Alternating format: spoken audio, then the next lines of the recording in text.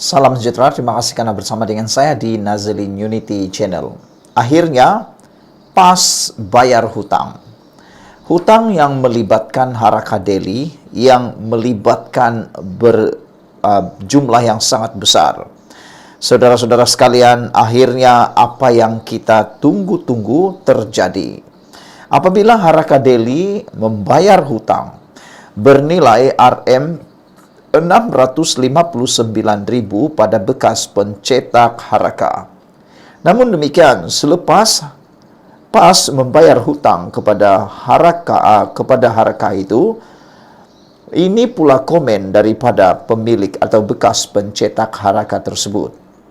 Beliau kata, "Terima kasih bayar hutang, tapi jangan lupa baki 2 juta. Oh, rupa-rupanya sudah membayar hutang berjumlah yang telah kita bacakan sebentar tadi itu, tetapi pas masih ada hutang baki bernilai 2 juta ringgit lagi.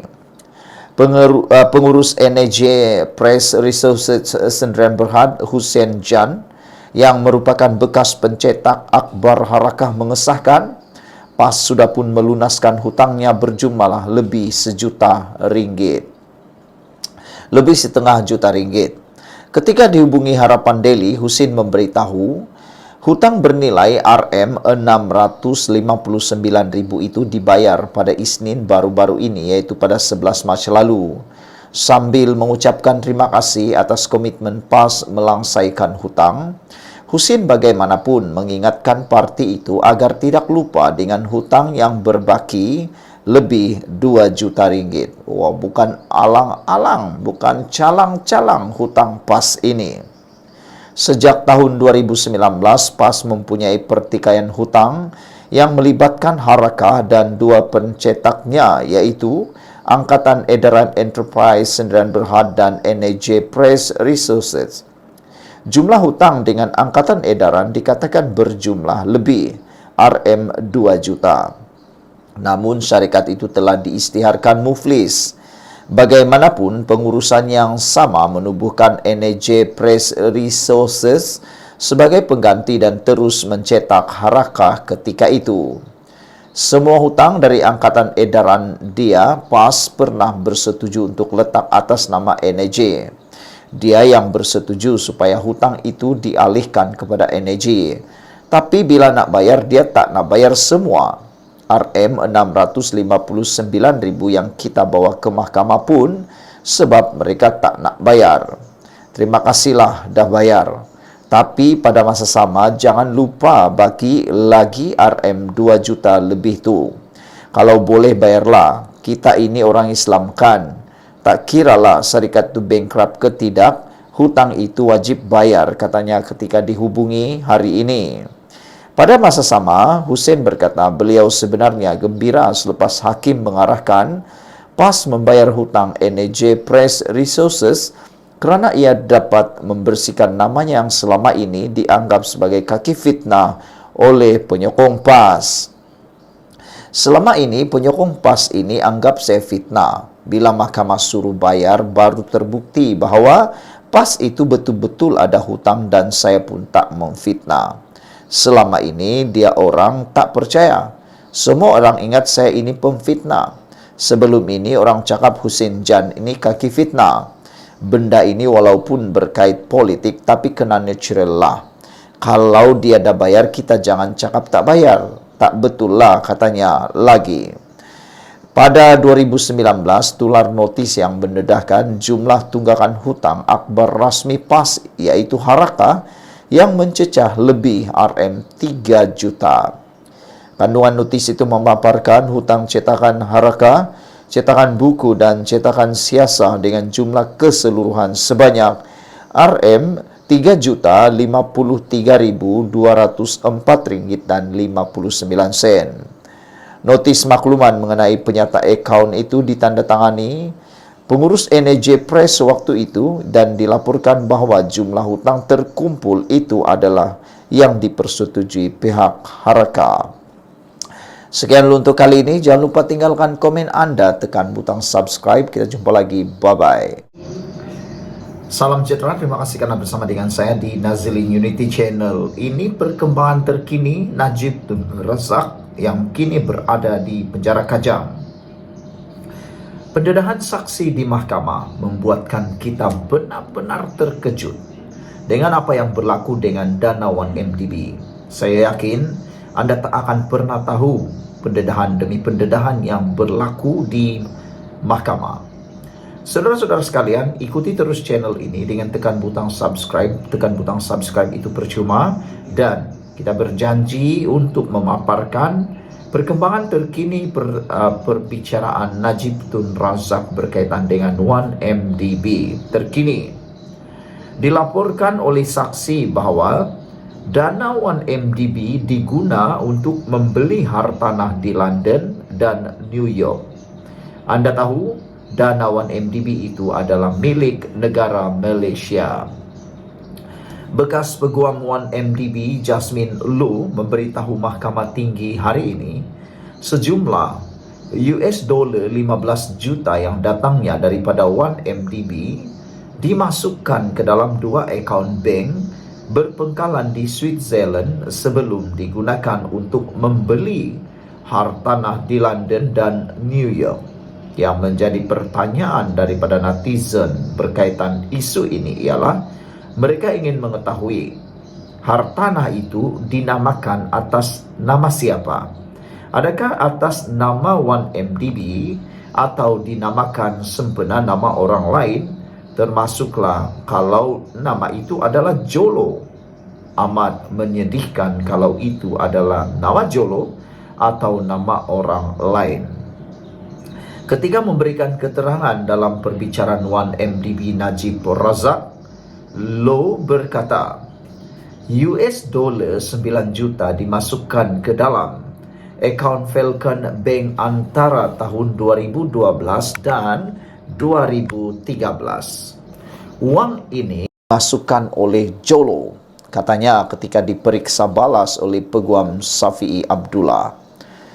Jasmine Low yang meninggalkan negara pada tahun 2018 tetapi kembali pada Julai lepas berkata, dia penandatangan yang diberi kuasa atas akaun-akaun tersebut dan mempunyai kawalan ke atasnya. Katanya, Jabatan Kehakiman DOJ Amerika Serikat memulakan prosiding mahkamah dan akhirnya melucutkan hak ke atas semua wang dalam akaun tersebut serta kedua-dua hartanah dengan persetujuannya. Iuran guaman saya dibayar daripada akaun-akaun tersebut, katanya. Di soal lanjut oleh Safi'i, Jasmine Low berkata, Jolo mendakwa wang itu bukan datangnya daripada 1MDB tetapi siasatan DOJ mendapati sebaliknya. Menurut Jasmine Low, hartanah di London yang dibeli pada tahun 2014 adalah bernilai 1,8 juta euro. Wang itu datang daripada akaun Falcon Bank, katanya sambil menambah, hartanah terbabit diubah suai untuk disewa. Bagaimanapun ini tidak dilakukan kerana media melaporkan isu 1MDB dengan meluas pada 2015. Jasmine Low yang juga saksi pendakwaan ke-50 berkata, hartanah di New York itu bernilai kira-kira 4,5 juta $. Katanya, Low memberitahunya bahawa dia telah mengatur $15 juta untuk pelaburan menerusi pelbagai entiti seperti Affinity Equity Investment dan Blackstone Real Estate Corporation. Saya kini dapat tahu bahawa Eric Tan, rakan kongsi Jolo, terlibat dalam pelaburan menerusi salah satu syarikat itu, katanya. Menurut DOJ, lebih $4 bilion dicuri daripada 1MDB dan dibelanjakan untuk membeli karya seni, berlian dan hartanah. Ditanya sama ada Jolo cuba mengesahkan hasil yang menyalahi undang-undang menerusi pembelian itu, Jasmine Low menjawab, Jolo orang kaya, dia juga menguruskan dana untuk orang Arab. Saya tidak tahu Jolo melakukan semua ini, katanya. Jasmine Low turut menolak cadangan Safi bahawa dia membuat perjanjian dengan SPRM memandangkan dia menghadapi 2 pertuduhan penggubahan wang haram. Pada tahun 2018, Jasmine Low didakwa secara in absentia atas tuduhan penggubahan wang haram membabitkan sejumlah $5.99 juta. Jasmine Low berkata dia menyerahkan perkara itu kepada peguamnya dan tidak hadir ke mahkamah untuk kes itu. Safi bertanya, adakah anda tahu status kes itu? Jasmine Low menjawab, saya bersedia membela diri. Safi berkata, adakah anda memberi keterangan yang tidak berpihak kepada Najib dengan harapan tuduhan anda digugurkan? Jasmine Low menjawab, saya tidak setuju dengan cadangan itu. Najib berdepan 25 tuduhan penggubahan wang haram dan salah guna kuasa berkaitan dana didakwa milik Wan MDB yang dimasukkan ke dalam akaun M-Bank-nya antara Februari 2011 dan Disember 2014. Dipetik daripada Free Malaysia Today, dipetik daripada Sabudin.com. Sekian dulu untuk kali ini. Jangan lupa tinggalkan komen anda, tekan butang subscribe. Bye-bye. Selamat malam, salam sejahtera. Terima kasih Anda bersama dengan saya di Nazilin Unity Channel. Isu hangat petang ini ialah berkaitan dengan Wan Saiful Wan Jan yang tidak hadir ke SPRM. Menjadi tanda tanya daripada netizen semua ialah, apakah tindakan yang mungkin akan dikenakan terhadap Wan Saiful Wan Jan? Adakah beliau bakal direman atau sebaliknya? Ini rupa-rupanya yang berlaku. Anggota Parlimen Tasik Gelugur Wan Saiful Wan Jan tidak hadir ke Ibu Pejabat SPRM di Putrajaya hari ini. Netizen mula mengeluarkan beberapa kenyataan ramalan. Mereka kata, adakah Wan Saiful takut? Adakah Wan Saiful memang tak ada isu? Atau Wan Saiful sengaja membuat-buat cerita, kata mereka. Jadi oleh sebab itu, kata netizen, mungkin Wan Saiful tidak berani berhadapan dengan PDRM. Namun rupa-rupanya inilah yang berlaku. Dia antaranya berbuat demikian susulan tarikh yang ditetapkannya didakwa tidak sesuai, selain membangkitkan soal kekebalan anggota parlimen dalam Dewan Rakyat. Keputusan Wakil Rakyat Bersatu itu diberitahu oleh peguamnya, Chetan Jetwani, menerusi surat bertarik 14 Mac dan disahkan sebentar tadi. Sebelum ini, SPRM mengarahkan Wan Saiful untuk menghadiri ke sesi itu pada jam 3 petang susulan dakwaan. Dia ditawarkan ganjaran untuk menyokong Perdana Menteri Anwar Ibrahim. Jetwani berkata bahawa pihaknya menghantar surat tersebut sebagai jawapan kepada notis section 30 dalam kurungan 1(e) Akta SPRM, perintah hadir membantu siasatan. Dalam surat itu, anak guam kami menegaskan keistimewaan parlimennya dan menjemput SPRM untuk mempertimbangkan semula kedudukannya, memandangkan keistimewaan yang diberikan kepada ahli parlimen bawah undang-undang, katanya. Dia juga berkata, telah mendapat surat balas daripada SPRM petang ini, tetapi tidak mendedahkan kandungannya. Anak guam saya sedang menyemak perkara itu dan kami akan bertindak balas dengan sewajarnya, kata beliau. Anak guam kami sentiasa menyatakan kesediaannya untuk bekerja sama dengan SPRM dengan syarat SPRM bertindak dalam batas undang-undang, katanya. Sementara itu, Chetan berkata Wan Saiful tidak dapat hadir hari ini kerana perlu ke Pulau Pinang untuk melaksanakan tugas dan aktiviti rutin mingguan yang dirancang lebih awal. Wan Saiful akan berlepas hari ini dan hanya akan kembali ke Kuala Lumpur pada 17 Mac. Tambahnya, Wan Saiful sedia mempertimbangkan untuk menghadiri ke pejabat SPRM pada minggu hadapan. Seperti yang telah dimaklumkan kepada pihak SPRM sebelum ini, anak guam kami sedia memberi kerjasama sekiranya pihak SPRM dapat menunjukkan kenapa Akta Majlis Parlimen Keistimewaan dan Kuasa 1952 boleh dilanggar dalam kes ini, sedangkan ucapan yang diberikan anak guam kami adalah di Parlimen. Sekiranya persoalan-persoalan ini dapat ditangani oleh pihak SPRM, Anak guam kami sedia mempertimbangkan untuk hadir pada minggu hadapan, katanya lagi.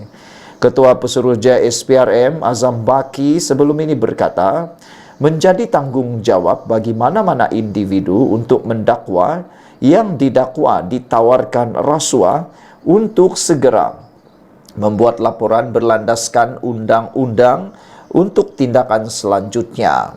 Namun, Wan Saiful membangkitkan mengenai kekebalan anggota parlimen yang dijamin dalam Akta Dewan Parlimen Keistimewaan dan Kuasa 1952. Katanya, tiada mana-mana pihak boleh menyentuh perkara yang telah dimuktamadkan oleh Speaker Dewan Rakyat Johari Abdul.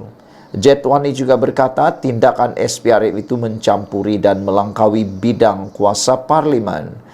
Ia boleh dianggap sebagai tindakan yang menghina majlis serta menggugat ahli parlimen untuk membuat apa-apa ucapan untuk kepentingan rakyat dan demokrasi berparlimen di Malaysia. Tindakan ini melangkaui dan melanggar prinsip pengasingan kuasa dan konsep demokrasi berparlimen di Malaysia, yang mana ia membuka pintu kepada pegawai-pegawai penguatkuasa untuk menggunakan sebarang alasan bagi campur tangan atau mencabuli hak dan keistimewaan serta kekebalan ahli parlimen.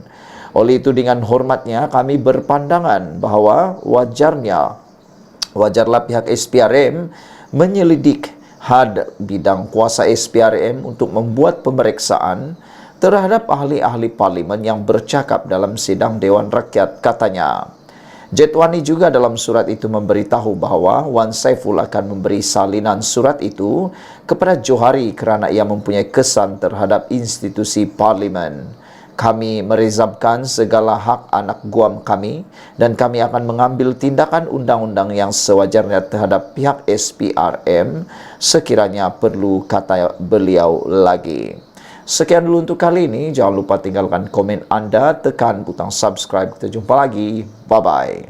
Selamat petang, salam sejahtera. Terima kasih karena bersama dengan saya di Nazlin Unity Channel. Ini isu paling panas berkaitan pengampunan Najib. Kita telah ketahui bahawa baru-baru ini Najib telah pun mendapat isyan dan belas kasihan daripada Kebawah Duli Yang Maha Mulia di Pertuan Agong, sehingga beliau mendapat pengampunan daripada 12 tahun kepada 6 tahun penjara 50% dan juga denda daripada 210 juta kepada 50 juta. Banyak bantahan telah dialami dan telah dibuat. Namun demikian, kali ini benar-benar mengejutkan kita. Adakah benar pengampunan di Raja Najib itu akan dibatalkan, ditarik balik? Itu menjadi persoalan apabila laporan di Malaysia kini menyebut pengampunan Najib. Syafiee enggan komen usul bekas Presiden Badan Peguam. Syafiee merupakan peguam yang mewakili Najib di dalam perbicaraan beliau. Muhammad Syafiee Abdullah enggan mengulas usul untuk mencabar pengampunan bekas Perdana Menteri Najib Razak yang akan dibangkitkan pada Perhimpunan Agung Tahunan AGM Badan Peguam Malaysia esok. Saudara-saudara sekalian, adakah dengan cabar ataupun usul, dengan adanya usul mahu mencabar pengampunan bekas Perdana Menteri ini akan menyebabkan semakan ataupun akan menyebabkan pembatalan pengampunan Najib? Ditanya mengenai perkara itu di luar kompleks Mahkamah Kuala Lumpur hari ini, peguam kanan itu berkata dia mahupun anak guamnya tidak mahu mengulas mengenai perkara itu. Usul itu yang difailkan oleh bekas Presiden Badan Peguam Malaysia Zainur Zakaria dan dilihat oleh Malaysia kini menyatakan bahawa Majlis Peguam yang akan datang bagi pihak dan atas nama Badan Peguam Malaysia mencabar kesahihan keputusan tersebut oleh Lembaga Pengampunan dengan segera memulakan prosiding semakan kehakiman terhadap Lembaga Pengampunan dan Najib Razak. Ia juga menyatakan bahawa Lembaga Pengampunan dilihat sebagai bertindak ultra-virus terhadap perkara 42 Perlembagaan Persekutuan dan bertentangan dengan undang-undang dalam mengurangkan hukuman penjara Najib kepada separuh dan mengurangkan dendanya kepada RM50 juta. Selain bekas Perdana Menteri itu hanya menjalani hukuman 1,5 tahun, usul itu menyatakan permohonannya untuk pengampunan sepatutnya tidak diproses dan ditentukan sejak awal. Usul itu disokong oleh seorang lagi bekas Presiden Badan Peguam, Yeo Yang Poh, yang berkata bekas Perdana Menteri itu tidak menunjukkan sebarang penyesalan atau kekesalan atas penglibatannya dalam hal ehwal 1MDB.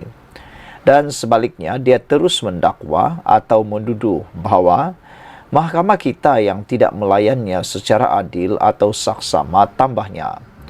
Usul itu juga menyatakan bagaimana skandal 1MDB telah memudaratkan imej Malaysia di peringkat antarabangsa. Termasuk diterangkan oleh Loretta Lyons, Peguam Negara Amerika Syarikat ketika itu, bahawa ia adalah kleptokrasi terbesar yang disiasat dalam sejarah Amerika Syarikat dan menjadi subjek dokumentari Netflix Men on the Run. Bahkan, Mahkamah Rayuan dalam rayuan SRC menyebutnya sebagai memalukan negara, tambahnya. Pada Februari lalu, Lembaga Pengampunan mengurangkan hukuman penjara Najib daripada 12 tahun kepada 6 tahun, selain mengurangkan denda 210 juta kepada 50 juta ringgit. Keputusan itu mencetuskan bantahan dan mendapat kritikan daripada pelbagai pihak.